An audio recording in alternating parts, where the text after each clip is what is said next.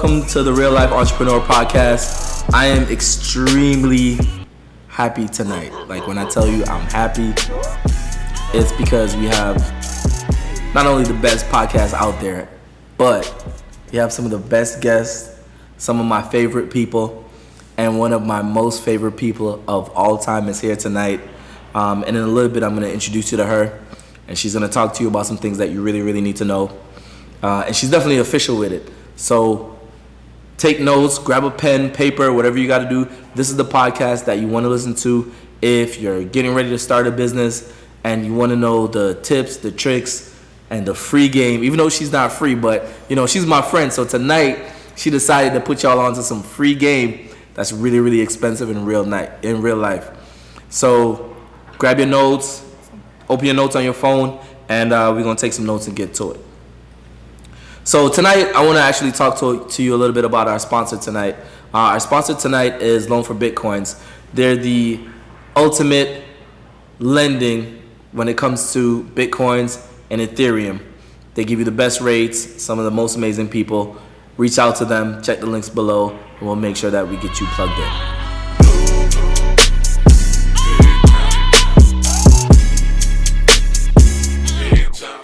So as usual, when we get on this podcast, we tell you exactly what this podcast is about and what it's for, right? This is for people who are considering leaving corporate America and they want to transition into being an entrepreneur. So our podcast is here to give you whatever information you need to make an effective decision. It's, hey, am I going to leave my job and become an entrepreneur, or am I best suited to just work in corporate America and become successful that way? Either way, you're going to become successful. There's no right, there's no wrong. But this podcast is just here to help you to make those decisions. Tonight's topic, we want to talk about distribution channels. So, earlier, I was talking about distribution channels, right? And I didn't get specific because I wanted a subject matter expert. So I have one of my most amazing friends, right? And her name is Danielle Jeter. She's here to literally give us all the game that we need. And, I know I do a disservice if I was the one to edify her. So tonight I'm going to ask her to edify herself, which is kind of crazy. So please introduce yourself to everybody and tell us exactly what you do and tell us a little bit about you.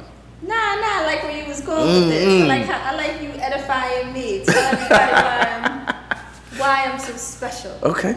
Yeah, you want me to do it? Nah, I feel like you can do a better job. I feel like nobody knows you like you, and I feel like I heard you speak so often, and I know you could kill it. So tell us a little bit about you. What is it you do? All the great things about DP Jeter. Sure, no problem. Well, thank you so much for having me here on anytime. Your podcast. I'm so happy to know that I'm your favorite person right. in the world of business and entrepreneurship. But my name is Danielle Jeter, and I am the owner of AOI Events and PR. We are a public relations agency that really specializes in media relations, branding for CEOs, specifically women CEOs and Black CEOs, those who really have a social mission to their work. They are doing something to change the world and give back to others. So we want to amplify their messages, get them exposure in mainstream press, and make sure that they are positioned as credible authorities in their niche. Okay. Ooh, I love that. Man, so that was more than we bargained for, and you just started, which is really, really dope, right? But let's start off with something really simple. Tell us about how you got into branding, into the media. Talk to us a little bit about that. Sure. So I got into PR and branding for business owners through theater arts. I am a dancer by trade. I've studied ballet, jazz, modern, African dance, hip hop. And I've danced since I was a young girl, starting at 6 years old. So not the other kind of dancing. Not the other kind. They got skills. Right. I'm the theater artist. Okay. They the other artists. Got you. But this love for art has really driven all of the decisions that I've made for my life and what I wanted to do in my business and entrepreneurship. I took all of those great skills and I went to Spelman College in Atlanta and I majored in theater arts and dance and also African American studies. Okay. So you see how the black CEOs and art it all comes together. Okay. But it was there. Even when I was in high school, really, I began to learn the fundamentals of how to actually put a production together, how to market a show, how to sell it. Because artists, our biggest fear is that we will perform to an audience of no one. Right. And nobody enjoys that. So not only did I dance on stage and choreograph, I was like, I'm also going to learn the production elements as well. How do we get butts and seats? Right. And really, that's how I got into the world of events and promotion, which led me to public relations and media. Okay. No, I love it. So, obviously I take my little notes. So if you see me looking down, it's obviously because I have all my notes. Because I wanted to be extremely prepared for this particular meeting. I feel like you provide so much value for everyone out there. And I just want to make sure that I'm on track and making sure that I'm getting the information to the people and everything they need, right? Yes, so, okay, dope. So I feel like in media, there's two sides, right? And most people who we aren't from that background, we don't really know much about it, right? So I think I want to hear about some of the most amazing things about being in media, and then I want to hear about some of the pitfalls. But I want to swap it around a little bit. Talk about the pitfalls first. What are some of the pitfalls and some of the cons, you would say, of being in media? Now, I'm going to say that there's not really any pitfalls. What I am I'm going to say that there's okay, none, because tell me more. You know the saying, all publicity is good publicity. Okay. Even if it's bad. Right. But as brand builders and CEOs, we have to also think about crisis communications. Okay. And those are the moments that a lot of people don't think about, because we're excited about what we're building. We love our companies, we love what we're doing, but when your brand gets to a certain point, when you get really, really big, let's give an example. Crisis communications. What just happened with Karen Civil and Jessie Wu and Joyner Lucas, right? They took to social media and they began to blast and really put Karen Civil out there for not really providing the services that she said in her contract. Right. And they started to give bad publicity about her online, dragging her name on social media, and they really took to public about what was happening. And they were displeased as clients of hers, so forth and so on. That's crisis communications. Okay. Right? So then, of course, you always look to whoever they're pointing at, you look to that person. What is the response going to be? What are they going to say back? How do you think she handled it?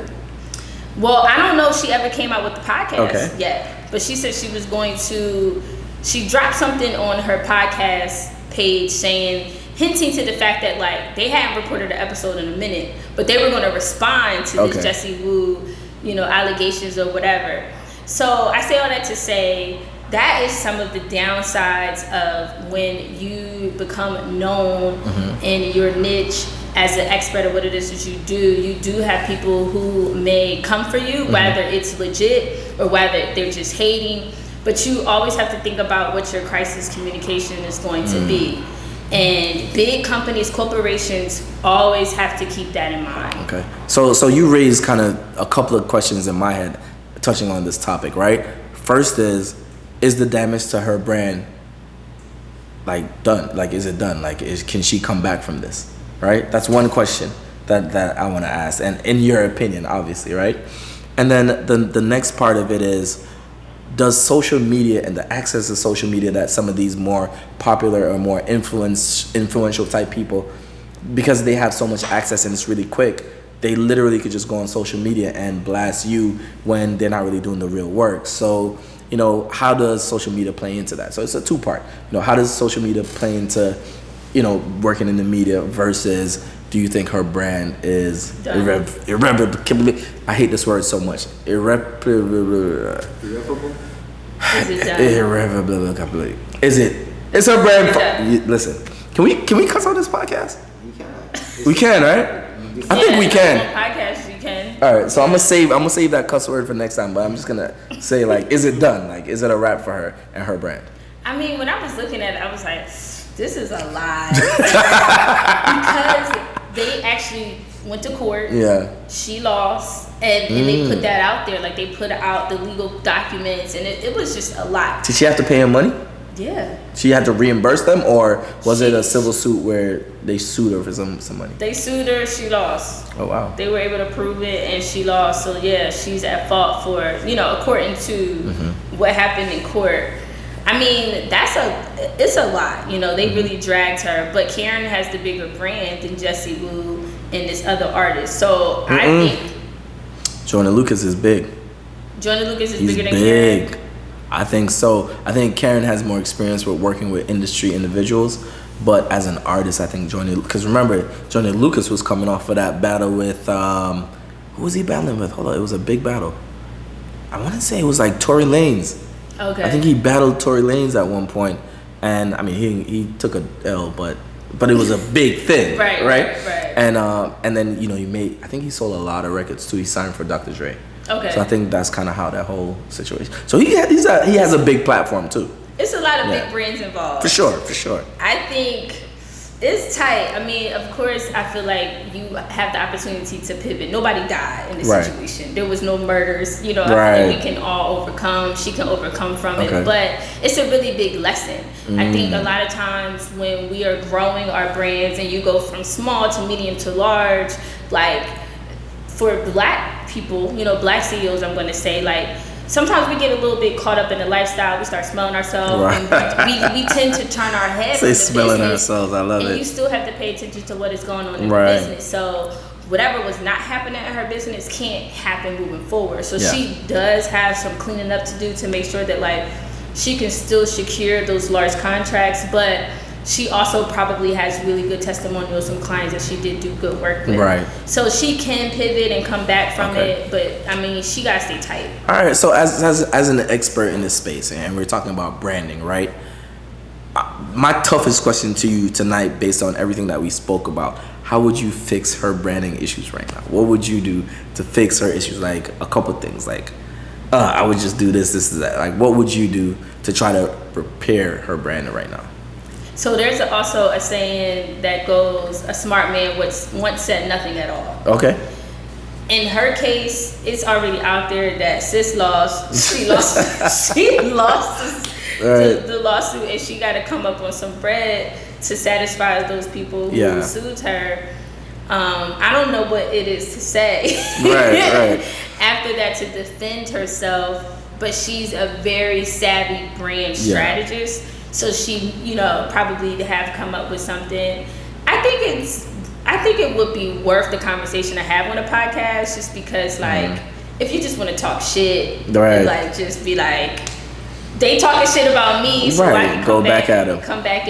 Okay. I don't really know Karen Civil to the degree of, like, how classy she moves and how she handles herself, but some things you don't have to say anything. You just got to tighten up and move in a different direction. And other things, it's just like you have to come out with a statement, like how Facebook went down this week, and Instagram and WhatsApp. Like, y'all can't just be silent. Whistleblower came out on 60 Minutes. Y'all gotta say something. Y'all can't just there was a whistleblower? Yeah, there was a whistleblower. Oh, I missed everything. Okay, so what happened with that? Like, so a whistleblower came out on 60 Minutes the night before talking about how Facebook has access to data that is, like, very sensitive and private data for users and account subscribers, and that they're, pretty much using this information in an unlawful way.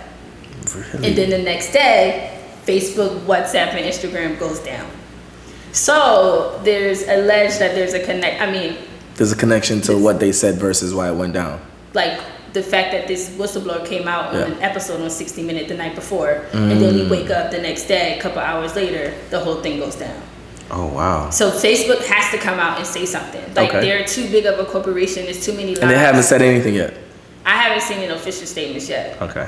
They have to come out with something. So you really have to weigh your pros and cons in those situations. Is it like, is it big enough for me to come out and say something? Right. Because, you have those scenarios where people come out and say something, be like, you should have just said nothing. That was stupid. Like, who's your publicist? Like, what are you talking about? Like, you're not talking about nothing. So, yeah. Nah, that's dope. So now, and I think at that level it's a little bit different, right? Right. So I want to kind of refocus us a little bit on, like, people like me, business owners, right? Or people who are listening to this podcast.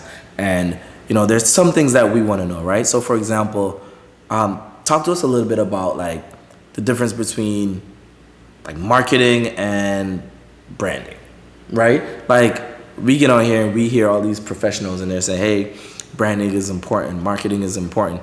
And in our heads, we're thinking it's one and the same, right? Explain to us like the difference and the approach that a new business owner needs to take in terms of, are we more focused on branding or should we focus more on marketing?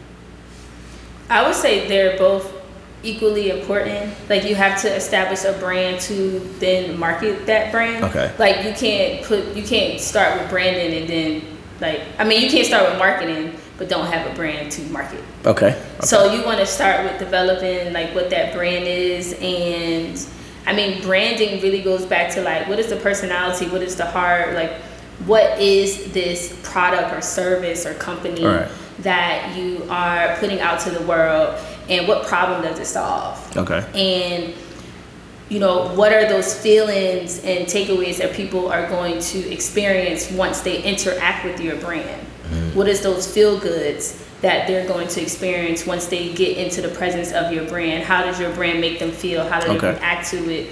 And then once you know what the brand does, what are the services? Mm-hmm. What is the mission? What is the vision? What are the goals? Those tangible things. Then you can put the bells and whistles on it, like the colors. Right. The fonts, the logos, the photos, and all of your online materials that you'll need, like your website and your social channels. Right. So once you have your brand together, then you have something to market. Okay. And you most certainly, listen to everybody who is tuned into this show. You absolutely cannot have a company that's going to scale and grow without investing in marketing and sales. Okay. Because if you don't have a marketing funnel or a sales channel, you're not doing any sales, you're not making no money. Right. Facts. So you can't just have a brand and not market that brand. So the difference is when you then get into marketing, it is tied to your sales. Right. Your marketing is a funnel. Okay. How do you then get your potential customers connected to your marketing funnel to sell them something? Right. What is it that you sell? You should actively have sales coming in every single day, and that's where your marketing funnel is set up. So a marketing funnel could be like a lead magnet on social media. It could be a podcast such as this. It could be you doing ads and advertising. It could be you doing free giveaways if you have a beauty product or a product that is a beverage.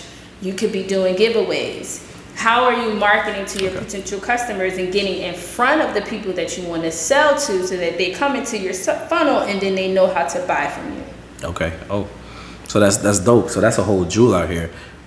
Really putting them on to what to do, right? Huh? I love when you sell funnels. No, for sure. And we definitely know about sales funnels and well, actually, I shouldn't say we, because I don't want to be presumptuous. There's new entrepreneurs or people who are thinking about becoming an entrepreneur. So I don't want to be presumptuous and thinking that they know about sales funnels, right? But maybe we could just dial it back a little bit. When I first came in the game, my marketing was like old school, right? Like I remember when I first started the tax business, right? You know what I used to do?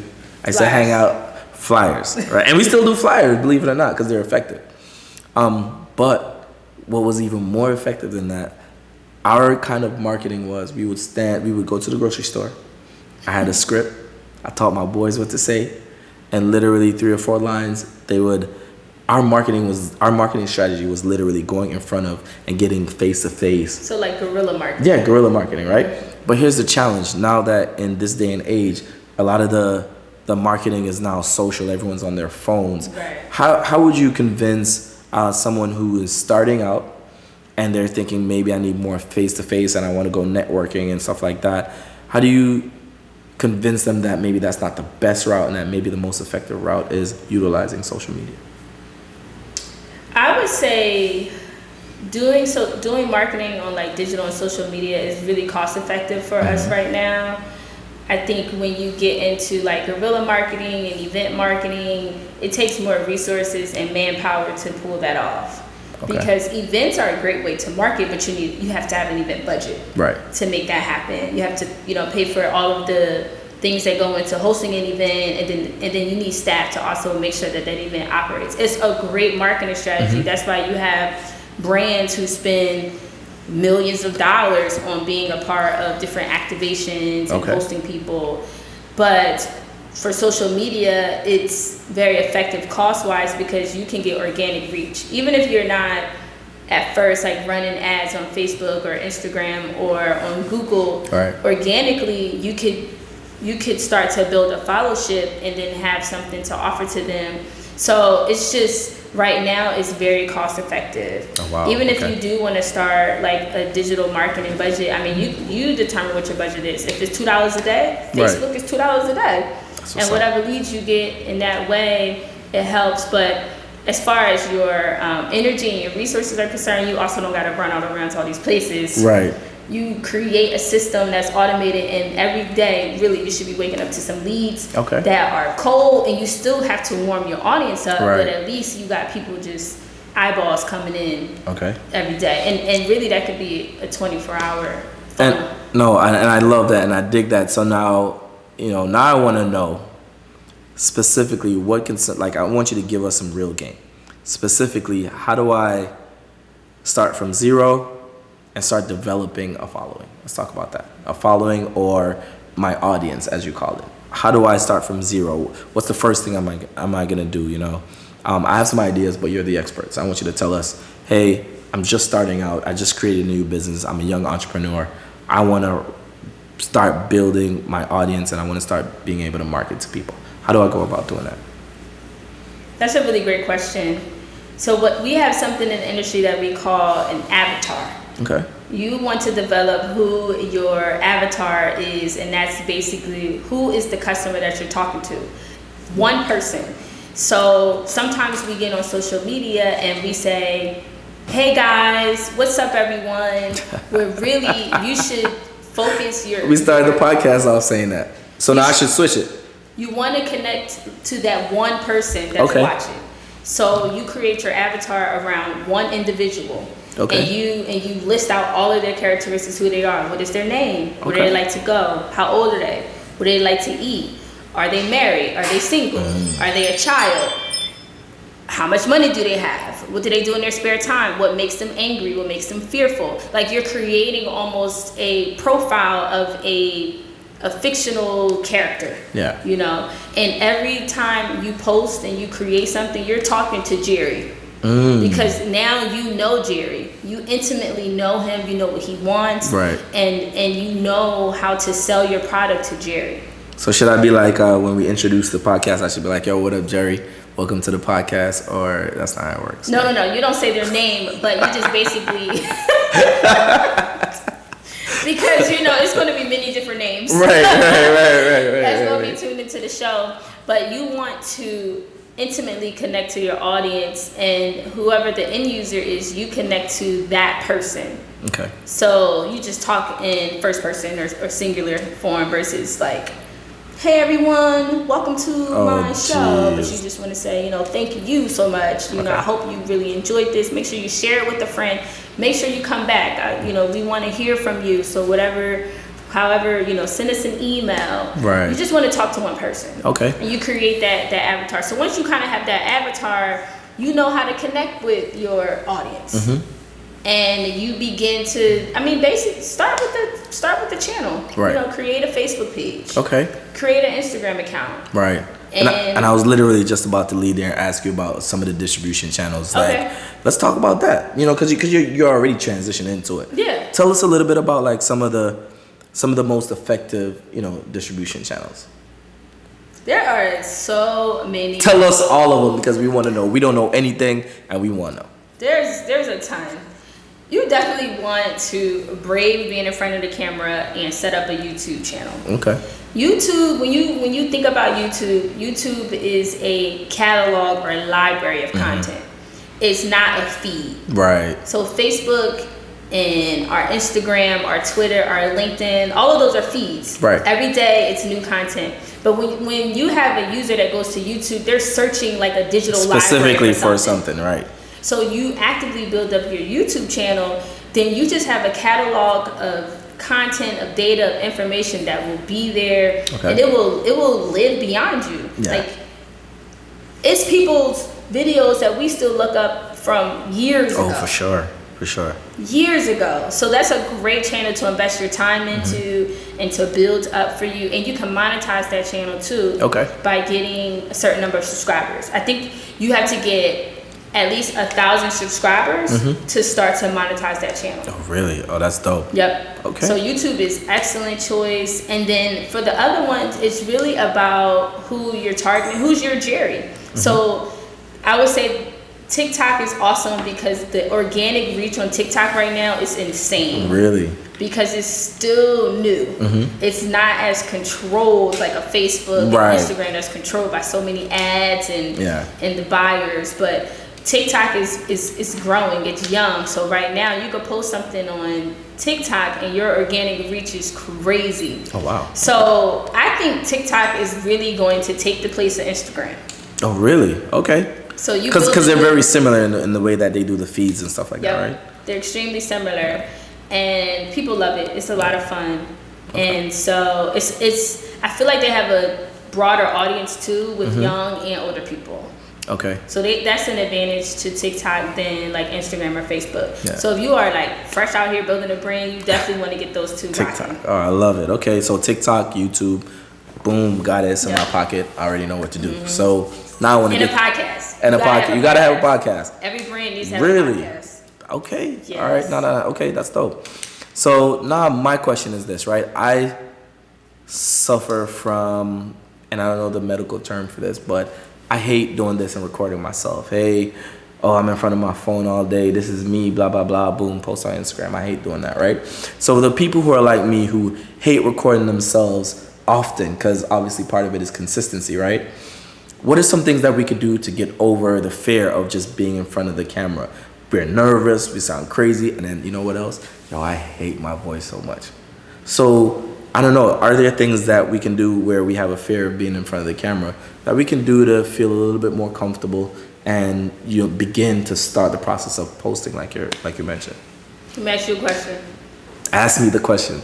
You like making money? What about me says I don't like making money? Are you in business to make money? No, I'm in business to serve people and make people happy. That's why I'm in business. I think we all should be in Making business. money is just a byproduct of me making sure that my clients are happy. Okay. But I get where you were going. Okay. I get where you were going. No, I did that one. I purposely did that. My bad. So yeah, I like making money. So really, I think we have to get out of our own heads and get out of our own way. Right. And in the beginning, we're gonna have to do it ugly. Trust me, we're doing it ugly right now. You just gotta do it ugly. You just gotta do it ugly, okay? Because that's just a part of the marketing game right now. And organically, it's wonderful for your brand. Right. So when you kind of get out of your own headspace, because it's really just your own thoughts. Like nobody else is really thinking about, oh, look at their video. Like nobody's judging any of that, because again, it's a feed. People just scrolling, looking. So and they out of there. They on to the next thing anyway. They're not even really thinking about it. So I think if we put it into our routine and know, like, I'm trying to make some money. Right. This is the organic way that I can make some bread. Okay. And start to build my following. Okay, I like it. You have to put value content out there, meaning that just like what we're doing here on this podcast, we're giving the game away. Right. We're teaching people about our industry and our niche. And doing that in a short video is great. But another way that you can, there's so many great apps out here. Right. So you can get a tripod. You don't gotta hold it. Right. Put that on a little $15 tripod. Right. Have a little setup. Talk to it for a couple minutes. Okay. Put some filters on it, some emojis, get some apps. Might make you feel better about it. Okay, so all right, what if you decide I'm gonna do exactly what you said, right? Like I'm literally talking to you like I'm one of the people that's listening to this, because I'm gonna take your advice. So you're telling me what to do. So if I look like a fool on Instagram tomorrow, just know you did it. You right? did it ugly. But if I killed it, then you could take credit for that too, right? Ugly videos still make money. Okay, all right. So, so I get my podcast. I get my my tripod. I get my phone. I set it up. I'm ready to record. And the minute I get in front of that camera, I have no clue what to say. How do I get over that portion of it? Because now if I pre-plan it, now it seems it's not authentic. It's not coming off the way that I see the other greats doing it. So how do I get over the fear of not knowing what to say when I get on the camera? Like, is there a trick that I can use to help me be prepared when I'm on the camera? Like, knowing exactly what to say. Yeah, I think to some degree, like we are going to prepare. Okay. Like you definitely don't want to choke up or be like, oh dang, I forgot. So it's right. Like, you are going to like prepare a little bit and get your thoughts together. Not like you don't have to read anything, but you do want to kind of have like these are the 3 points I'm going to hit in this video, and make sure you introduce yourself and get all the points across. Okay. One of the things that would be a great trick for everybody is start to keep a list of all of the questions that people will ask you about your industry, and turn that into like a mini response series. Yeah. When you're doing your Instagram videos or your social media videos, which are short. Yeah. So you can answer those like, okay, here's 3 tips, and 3 tips as to fill in the blank. Yeah. And you can kind of create a rhythm like that. Say you want to make sure that all your videos give away 3 tips. That's one less thing you got to think about. Okay. I'm hitting 3 points every time I do a video. For more information, subscribe here. Check out my next video. Okay. But I love taking those frequently asked questions and turning them into a series. Okay. So I love that. So tomorrow and every day going forward, I'm going to do some ugly videos, but I'm going to touch on 3 points. Yeah, right? That's perfect. Yeah? Yep. All right, good. So if I look like a fool, you already know who to blame for this, right? The great thing about being consistent is you begin to attract everything that you need, right? So the moment that, I think consistency is you posting a video every single day. Okay. I know it sounds like a big job. Yeah. But it's just something we have to do when we're building our brands online. But you'll start to attract people who like what you're doing, and then you start to build a production team around it, and then you got more support. Okay. Then your videos won't be so ugly, because then you got an editor. Right. you got a graphic designer. Oh, they gonna hit you. They'll be like, oh man, I noticed that video, bro. I can help you out. All right, I get you. Okay. Yeah. And then you got more people, or you hit that 5, you hit that 6, 7, 8 figure a month, and you can hire a whole marketing team. Facts. Okay. And now you like Grant Cardone out here. Everybody out here. Okay. We ain't doing the ugly no more. Now we doing it real big. Okay, that's what's up. So it's just getting started. Yeah. No, I love that. So I'm definitely gonna take your advice for that. Like I said, I'm looking down again and I'm looking at my notes because there were some specific things that I wanted to touch on. I wanted to make sure that you answer those too. I remember recently, I was watching, I was on Instagram and I was seeing your story and there was some issues about getting hacked and then how you ended up getting it back, and it was this real like survivor story, and like I was like, damn, she came back, like what? Like, yo, I lost it. It's like Taken, like you got your daughter back, like, oh man. Right. So I wanted to tell us a little bit about what happened. And then how did you end up like fixing the process and help us avoid those pitfalls? Oh man, y'all ready for this? Oh, we ready for it. All right, this is podcast 2. All right, so yeah, I ended up getting hacked on Facebook, Instagram, and Twitter. I got hacked on Facebook and Twitter first. Okay. And those accounts went down. One day I went to log in to my Facebook. I hadn't like checked it in maybe like 24 hours, and my mom mentioned something. Mm-hmm. So I went to try to log into my Facebook, and it said that I was permanently deleted. And this decision can't be reversed. Oh. Right. Oh, wow. Yeah, and then Twitter, it is clear that a hacker got into my account because they start posting like real weird stuff. And so that's what happened on my Twitter feed. So I was out of that account for a very long time. I would say maybe like 8 months. So it's just like you losing your baby. Like, oh my God, I'm on this thing. It's become a lifestyle, and all of a sudden one day you wake up, you have no access to it. No access to it. Dang. So how did you navigate getting those back? So one of the worst things about being locked out of your Facebook account is that your business accounts your business pages are also attached to your one login. Right. Ooh. That is one thing I don't like about Facebook, because if my personal account, something happens to it, then I don't have access to my business. Right. And the priority is the business page. For sure. So one of the things that I did have in place is a team. So I have team members who still have access, which is still weird anyway. Mm-hmm. How come me, the owner, I'm kicked out of my Facebook page, but you as an editor can still access my page? That's something Facebook got to get together. Oh, wow. Okay. So, but luckily, these are team members that I trust and all good. So they were able to keep my pages maintained. Okay. While we figured out what am I going to do about this Facebook. So did you reach out directly to Facebook to get it resolved? Nothing happened. Oh. I got no response from going the formal route of reaching out to Facebook. Nothing. But that's what I was gonna say, because I'm waiting for well, damn, you just sound like you didn't get it back, but we know you got it back. Got that joint. So, right back. So what did we do to get it back? Well, they like to call me the plug. Okay. I know people. You don't gotta call the name, but if you know some people and I know some people in different places. Spelman women, we everywhere. Oh wow. Okay. So okay. That's wisely. Okay. Okay. So I hit up all my networks. Yeah. I'm looking for an employee at Facebook that I can actually get in contact with, because the formal way wasn't working. Okay. I hit up all my networks. The Spelman women was on it. What? Hit this person. We know this person. Bing, bing, bing, bing, bing. Let me to.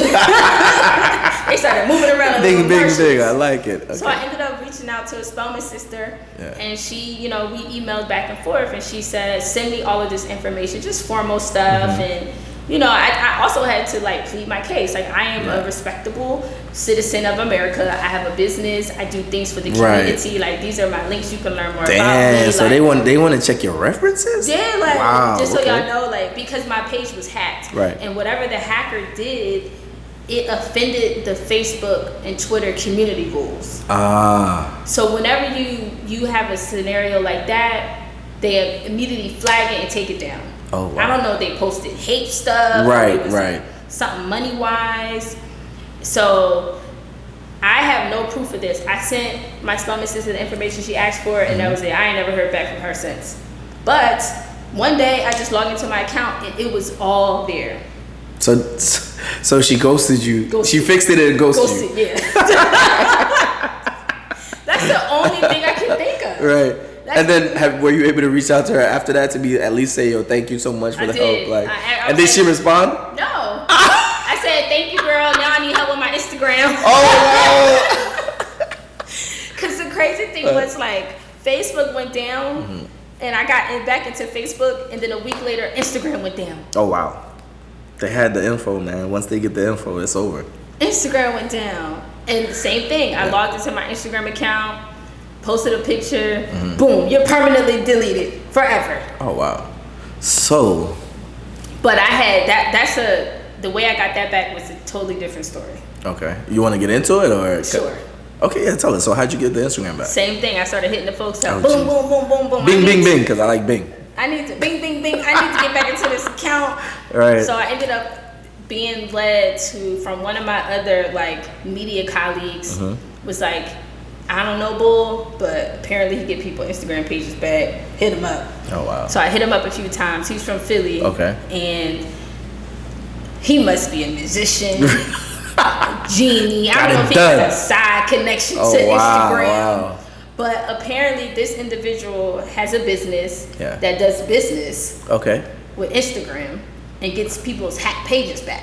Oh wow. But he charges, right? He charges. It's a cost, okay. But I didn't have to pay him until he got the page back. Okay, so that's dope. It took him, by the time I got to him, it took him about 30 days to do it. Okay. But he said by the time he got the Instagram, they deleted my account. They had to piece it back together. It was gone. Oh, that's crazy. It was in a trash can. That's nuts. Isn't that nuts? That's nuts. So there's some features that are available that people can use to avoid this catastrophe, because it's a terrible experience. So tell us about that, because I want to know. So I want to avoid it. I haven't gotten hacked. I just don't want it to happen. So and most people won't go through what I went through to get it back. Most people will just be like, forget it, I'm gonna just start a new account. Right. I started a new account and never gave up on it because I was like, I know somebody who can make this happen because I didn't do anything wrong. Of course. And I just needed to prove the fact that I didn't do anything wrong. But there, do you have two-factor authentication turned on with the Google Authenticator app? I get the one where like if something happens and somebody tries to log in, they text you. Get the Google Authenticator app. Okay. That one is the strongest one out there. There's also a feature on Instagram that allows you to download and back up your content. One of the worst things in these scenarios is if you create a new account, that's fine, but all your content is gone. Right. Now I gotta recreate the content, and you're not in the most creative state because you pissed off that you gotta start it over. Right. So it's like, what am I gonna do? What am I gonna write? So I would suggest that every 2 weeks you go into Instagram, you go into like the settings on Instagram, and you can download your data and it emails to you. Okay. So it gives you your post, it gives you the caption, and it gives you the video, whatever the picture was, whatever the live was. So at least you have that backed up. Right. So I would tell people to do that as well. Okay. And also on Facebook. Facebook is not your private like storage cloud, okay? You need to have your own cloud. Right, your own backup. Store everything, back up everything before you actually put it up there on the outlets. Okay. And just, have those on Facebook as well. If your page goes down, it gives you an option to give access from somebody you trust. And I didn't have that turned on before. Okay. Because if I did, maybe like a best friend or a relative or you. Right. Could go in and get my account for me. Right, got you. And I'd have been on that. Like, bing, bing, bing, bing, bing. Would I be able to reach you? I know you be making big deals. Stop it. Let's not do that. Come on, let's not do that really tonight. Serious meetings. Trading and lending Bitcoin. Oh, wow. That's what we going to do tonight? Oh, man. Where's the love? But I also would say really the big thing that we have to think about as a community is at the end of the day, we don't own these media outlets. Right. So we need to also invest in creating our own platforms. Okay. So for me, I wasn't completely out of business because I have a database of contacts. I have people's phone numbers, I have their names, I have their email addresses, and other contact information. But not all businesses are set up that way. Correct. So if your business is built and all of your audience is on Facebook and Instagram and it goes down like it did this week, or you get hacked, you're really done. Screwed. Okay. You're screwed. So I'm glad you brought up that with a database. I actually have a specific question, and then I'm going to get back because I want to talk about the blue check, right? Because I want to know how to get a blue check. Okay. I got like 6 followers, but I still want a blue check, right? But before we get to that, okay. So if I ask you to look in your phone right now, right? And you would say you know a lot of people, right? Right. If I say, hey, Danielle, how many people do you have in your phone as contacts? How many would you think you have? Like 5,000. 5,000, right? So the other day, just random, I'm looking through my phone, right? And I'm like, damn, how many contacts do I have? Just click the bottom. I clicked it, but it didn't go all the way. So I do the pound thing and then I just scroll all the way. So I have over 12,000 contacts in my phone. You got mad contacts. No. Because you thought I was play pimping the other day. It's fine. We're not even going to do that. 12,000. But, so my question to you is, if I have 12,000 contacts in my phone and I want to get something out to every one of my contacts in my phone, give me the plug. How do I reach all 12,000 contacts at one time? In the iPhone? Yeah, I have a birthday party coming up. I want to invite all of these people to pull up. I want to make sure that it's clogged.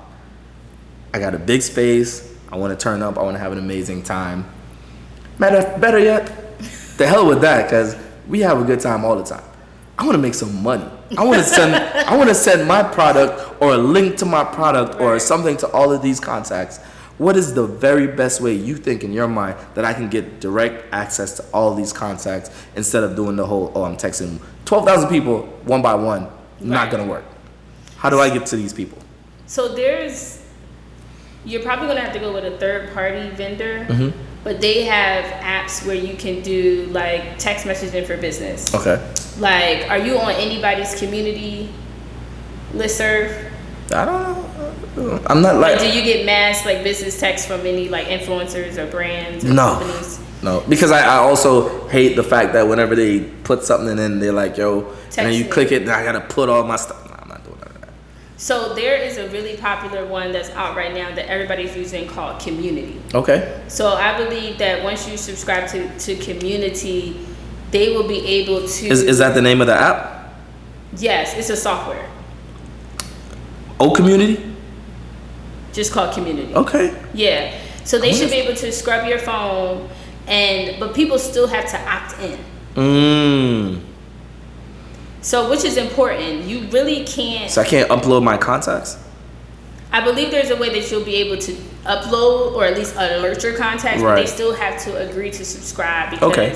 I mean, we can't really spam anybody Right. as right. business owners Okay. for our business to make money. Yeah. So you always want to be careful about that too. People have communication and privacy rights. Right. So you just want to get the subscription. But Is this what the one that you're talking about? Real Conversations, yep. Okay, cool. Community is great. So if you are building a tribe around your business or a community around your business and you want to send out mass text messages at one time to 15,000 contacts, build that. Really? Yeah, and that would be good for the podcast too. Okay, so I'd have to go in and I'm building a community, and then only then I can message them. So even though I have someone's personal contact in my phone, if they didn't subscribe or they didn't, they just subscribe to that community, then I technically can't get in contact with them, right? Damn, there's no way to like send them all the messages and be like, hey, this is Al, just go ahead and follow, like something like. Not that I'm aware of. Okay. We might have to dig a little deeper. Yeah, and I think the laws prevent some of that too. Yeah. So you have the SEC who governs text messages and cold calling and all of those different things, and they prevent you from spamming people. So I get it. Even though I got some people who they spam me all the time. I don't know how they get around the rules, but they figured it out, right? They figured it out. People are doing it on WhatsApp too, though. They create these. The broadcast list. The broadcast list. Yeah. I definitely do that. Oh my God, Daniel, I love this interview. It's one of my favorites of all time because you're one of my all-time favorite people, right? And I know we're coming towards the end of the podcast, but the one thing I wanted to talk to you a little bit about is the blue checks. Holler at me about the blue checks. I got 2,000 followers. I need a blue check ASAP because I'm rare. How do I get my blue checks?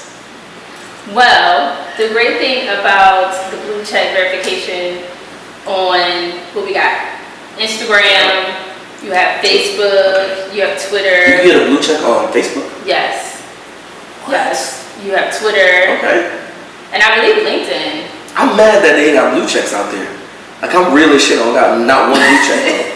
Like, wow. How notable are you? You have to have a notable brand. AF. You have to have I'm notable AF. a notable brand. Oh, I just can't be a notable person. You have to be a notable brand with Jeter as your publicist, in order to get the blue check. And that's all the game y'all need. Oh, so you're not even gonna tell us how to get it. You're just gonna say link you, and you go plug us up. So when you start to do your research around what does it take in order for me to get verified on Instagram, you're going to see that they do say the word notable brand. And how do you build notoriety? Well, that is from you getting featured in mainstream press. Okay. So when your brand starts to get featured in big, large national publications, or even just local, very, very mainstream publications, whether it's a CNN or Forbes, a Black Enterprise, or Entrepreneur, an ABC, CNN, Good Morning America, Huffington Post. Okay. Those things make your brand notable. Right. The thing about what makes a brand notable and what doesn't, a lot of people think that you have to have a certain amount of followers in order to get blue check verification. Followers don't matter. You can have 2,000. Okay. Yeah, you can have 2,000 followers. What? Okay. Or 2 million followers. Right. And because you have 2,000 followers and you have had these features, and the 2 million don't know the game, so they're putting in the work with trying to make sure they get views and likes and posting all the time. Because you can't tell a brand is notable by how many followers they have, because people do what? They buy followers. Right, they buy followers. Right. Yeah, and that was one of my other things too, because I thought that was kind of whack, but yeah. So that's why that's not. So I still got 2,000. so that's one way. Okay. The second way is you're already a celebrity. Yeah. You know, you're already a celebrity brand. You are a famous individual. You automatically get blue check. Okay. The third one is for you to prove that your brand is one that is liable to get hacked or attacked. Okay. So, or people make fake pages. Right. So if you can verify that you are this major thought leader. Can I make fake pages of my real pages and be like, there's fake pages so they put me up on the blue check? I don't know about that. I think we just want to be authentic. We do want to be authentic. Right. We want to tell people how to be authentic. Of course. Because there are like little ways around it that people are doing it. And that we're not going to even put those ideas out. Okay, so we want to do it the real and right way. We want to do it the real and right way. Can I ask you a question? Yeah. Doesn't matter if you do the real, right way or the fake way as long as you get the blue check. I would say be authentic. Okay. Because then what if you get found out? Now we got crisis communications to go right. And now you're not looked at as somebody who's notable with integrity. So just do the process, go through the process, really getting 4 or 5 mainstream media placements, that's light work. Okay. Especially when you got the plug in your pocket. Nah, my plug don't work. I've been trying to plug mine in for a minute and my plug don't, I don't know, I gotta work on the plug. So we should definitely talk so you can help us out. Especially with coming to this podcast and like we want to make sure that people are hearing us. We want them to know that we're verified, all that good stuff. So we definitely gonna be pulling up. And you say you the plug, so plug, right? Plug, yeah. Y'all just gotta plug in. I actually have a new brand that I started called Notable Brands University. And my goal with Notable Brands is to get 1,000 Black CEOs verified on social media. Oh wow! Okay. And that would be my social proof. It's crazy because I didn't even get a call today. Did you get a call? Oh, she ain't gonna call you because you don't link like that. But this is my ace. My ace. Hey, when your ace don't call you, now you plan B. I don't know. So I'm plan B? I'm not sure what we're talking about here. Fine. All I'm saying is, I know you do some amazing things, right? And I love everything that you do, right? And this is the part of the show where you've given so much great tips. You've given these people the free game. And I know you come from the school that it should be sold, not told. But you figure out a way to tell it. And you're killing it, right? And sell it, right? So, but while we're here, why don't you tell everyone here that's listening, how can they get in contact with your brand, your companies? Plug yourself, plug. For sure. So I help CEOs and their companies land mainstream features in the press so that they can build a notable brand credibility, and notoriety. So if that is something of interest to you, all of my CEOs on here can go to DaniellePJeter.com. That is www.daniellepjeter.com. Go ahead and plug into me right there. That's where I'm giving away more of these media tips in this game. So if you subscribe to that website, you will constantly get information as to how to build a notable brand for yourself with media tips and also business branding tips. Be sure to follow me on Instagram at DPJeter. I also host my own talk show called The Women Speak Show, where you can get all the information as well right on my Instagram page. Go ahead and click my link tree. Okay. And there you can find more information about all of the work that I do in public relations. Nice. We love it. And we're so appreciative of you taking the time out to just come chill with us. It's nothing but good vibes and laughter. But most important, you're giving us the knowledge that we need to make those decisions on, hey, am I going to be an entrepreneur? Am I going to be successful at it? What I love, the idea of going into the branding perspective and making sure that our brands are successful, which is an important part of your business, right?